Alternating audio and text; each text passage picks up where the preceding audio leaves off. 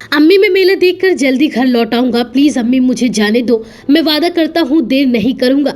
ये वो आखिरी शब्द थे जो 11 साल का अयान अपनी माँ से मेले में घूमने की जिद करके घर से कहकर निकला था। वो कहकर तो गया था कि मैं जल्दी लौट आऊंगा, लेकिन घर पहुंची उसकी मौत की खबर। दिल को झकझोर देने वाली ये दर्दनाक खबर सामने आई है उत्तर प्रदेश के बुलंदशहर जिले से। यहाँ नुमाइश देखकर स्कूटी से घर लौट रहे एक 11 साल के बच्चे की सड़क हादसे में दर्दनाक मौत हो गई। बताया जा रहा है कि सड़क में हो रहे बड़े गड्ढे की वजह से स्कूटी फिसल गई, जिससे मासूम अयान सड़क पर जा गिरा और तभी तेज रफ्तार से आ रहे ट्रक ने उसे कुचल दिया और इलाज को ले जाते समय अयान की मौत हो गई। दरअसल मामला बुलंदशहर जिले के काली नदी रोड का है। यहाँ रहने वाले आसिफ खान पेशे से पत्रकार हैं और मृतक अयान उनका सबसे छोटा बेटा था। बताया जा रहा है कि अयान 6 बहनों का इकलौता भाई था। अयान ने 3rd क्लास पास करके 4th क्लास में अभी एडमिशन ही लिया था। परिवार में इकलौता बेटा होने की वजह से पूरा परिवार अयान पर अपनी जान देता था। बताया जा रहा है कि बड़ी मन्नत और दुआओं के बाद अयान का जन्म हुआ था, इसलिए पूरा परिवार उसका बेहद ध्यान रखता था और कभी उसको 1 मिनट के लिए भी अपनी आंखों से दूर नहीं जाने देते थे।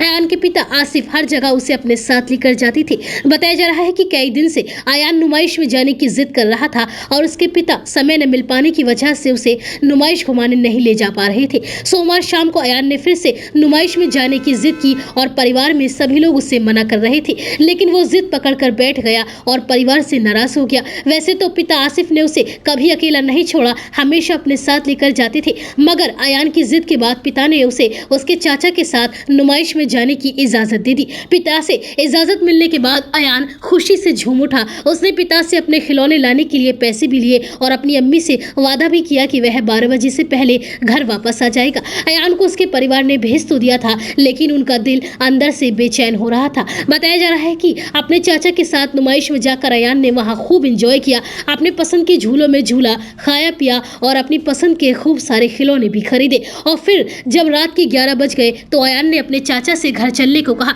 क्योंकि उसे डर सता रहा था कि अगर वह जल्दी घर नहीं जाएगा तो इसे घर पर अम्मी डांटेंगी। अयान तो घर जाने की जिद कर रहा था, लेकिन उसके चाचा को अभी और नुमाइश में घूमना था, इसलिए उन्होंने पड़ोस में रहने वाले एक युवक के साथ अयान को घर जाने के लिए कह दिया और अयान भी राजी हो गया। और नुमाइश से निकलने के बाद जैसे ही वह काली नदी के पुल के पास पहुंचे तो अंधेरे के कारण उनकी स्कूटी का एक टायर गड्ढे में फंस गया, जिससे दोनों सड़क पर जा गिरे। और जैसे ही अयान सड़क पर गिरा तभी एक तेज रफ्तार ट्रक उसे कुचलता हुआ निकल गया। इस हादसे की सूचना अयान के घर दी गई तो परिवार में कोहराम मच गया। परिवार के लोग अयान को अस्पताल लेकर भागे, लेकिन उससे पहले ही मासूम अयान ने दम तोड़ दिया।